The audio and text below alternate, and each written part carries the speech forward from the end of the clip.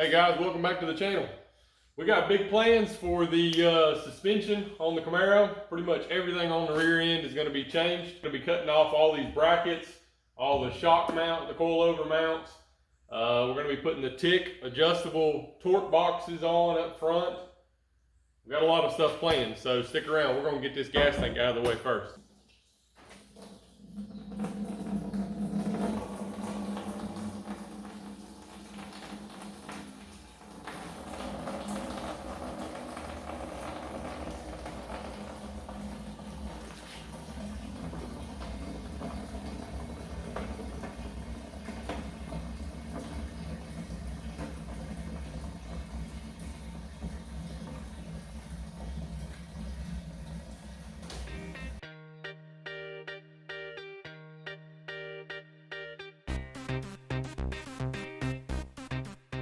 All right, got the fuel cell out of the way, got all the fuel lines moved because I'm getting ready to do a lot of cutting and grinding and don't really want open fuel lines and fumes and stuff like that flying around. I don't think that would be good. But so what we're doing with this rear end is just kind of changing the whole setup. I put these coilovers on, I moved them from the factory location and put them on the back of the rear end when I redid this car, gosh, I don't know, 3 years ago, something like that. But what I did is I kind of used some, I don't know if you can see this or not, but some brackets, but I had to end up flipping this thing around. It's kind of, I don't know, it's kind of crazy how I had it set up, just so that I could get this coilover in between the panhard bar, because as you can see, there's not a lot of room there. I had to angle those coilovers just perfect so that they would fit in between that panhard and I can keep it right where it was. And then as far as like the lower control arm mounts on the rear end, this looks like it had just a factory, I don't know if you guys can see that, yeah, just a factory bracket on the rear end, and somebody welded these relocation brackets to add these 2 additional holes, because the factory hole is up here and that really doesn't work when you're racing. But when I switched this car over and put it on radials, I really didn't have enough lower bar angle, so I drilled another hole down here at the bottom of it and, you know, put the lower control arm there. But I'm gonna completely cut those off and redo those. I got some really cool, well, here they are. Some Parker Speed lower control arm brackets. These things are really nice. So they're gonna go right in this general area after I cut those off. Probably gonna move the panhard just a little bit. Probably gonna move it towards the rear of the car. Maybe, I don't know, maybe an inch or 2, just so that I can gain some more clearance for these coilovers. Oh, and then yeah, I'm changing the front lower control arm mount. So this location right here, from the factory, you just have one hole and it just bolts to the body right there. No adjustability whatsoever. So now I've got the tick adjustable torque boxes, which are a really cool piece. Got those here too. That's those. So it adds a lot more adjustability to the front of the lower control arm. So when I get this all done, it's going to have a tremendous amount of adjustability on the back of the control arm and on the front. Yeah, I'll be able to put the instant center and all that exactly where I need it on this car. Yeah, so I think that's about it. So I'm gonna get to cutting this stuff off and get the new stuff on.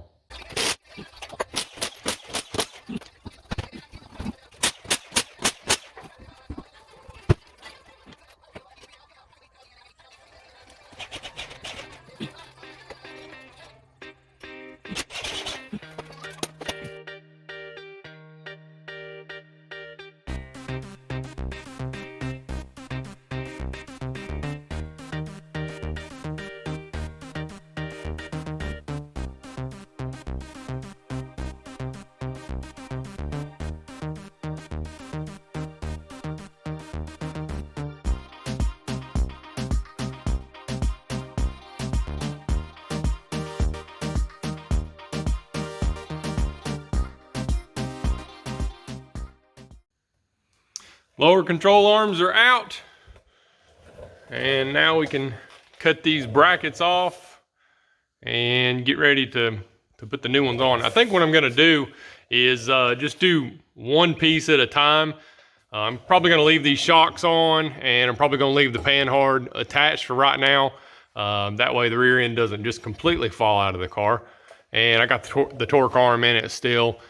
But I'll go ahead and cut these brackets off and get all these put back on and get the front fixed up and put those bars back in. And then I'll work on, you know, the shocks and the panhard and stuff like that. But I wanted to show y'all, you see those right there? Those are poly bushings. Everybody always wants to give me a lot of grief about this car not being a street car. Oh look, even more poly bushings. In my definition, if you drive it on the street, it's a street car. But even more so, this car's still got poly bushings in it. Not solid mounted suspension everywhere. It does have a few Heim joints here and there. Power windows, factory glass. I mean, how much more street car can you get? It's got an alternator. It's got a 15-gallon fuel cell. I mean, I could probably drive this thing for a long ways if I wanted to, which we're probably going to find out this year, or maybe next year when we do one of these drag and drive events or race week type deals. But yeah, it's a street car, guys.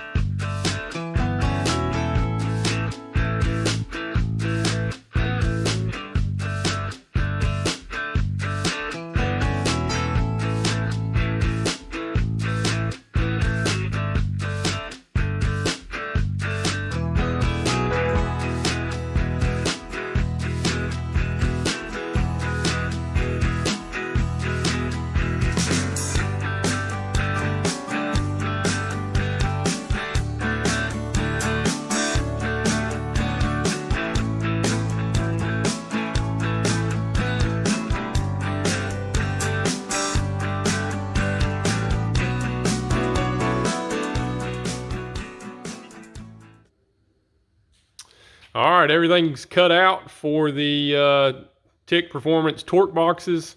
It's a little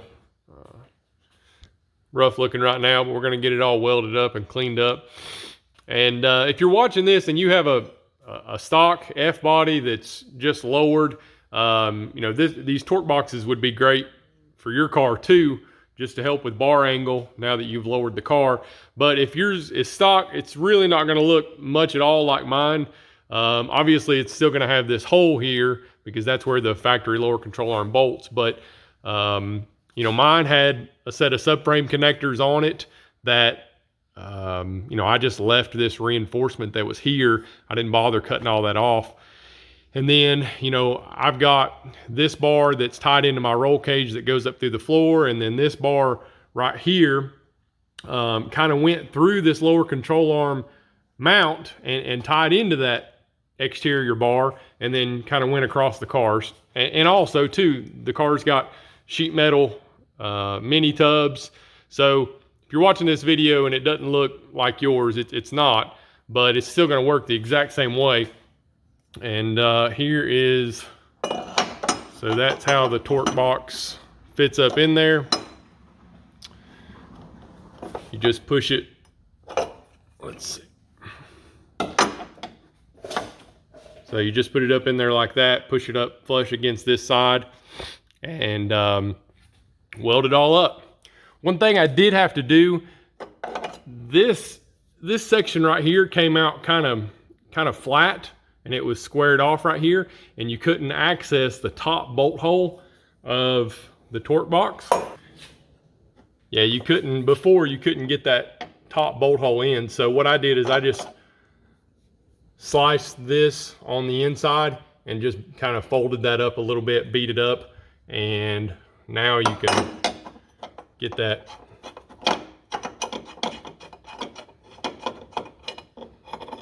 bolt in and out the top hole, no problem.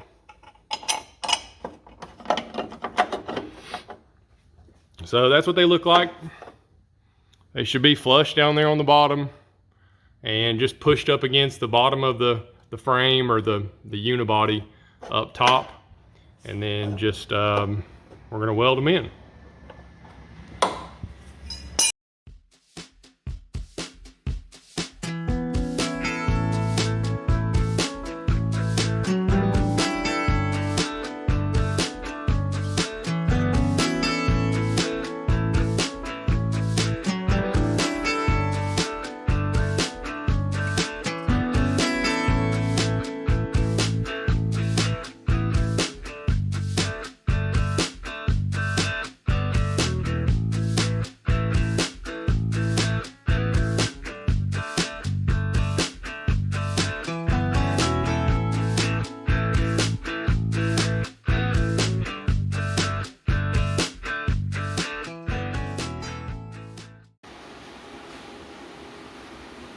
All right, the Parker Speed lower control arm mounts are tacked on.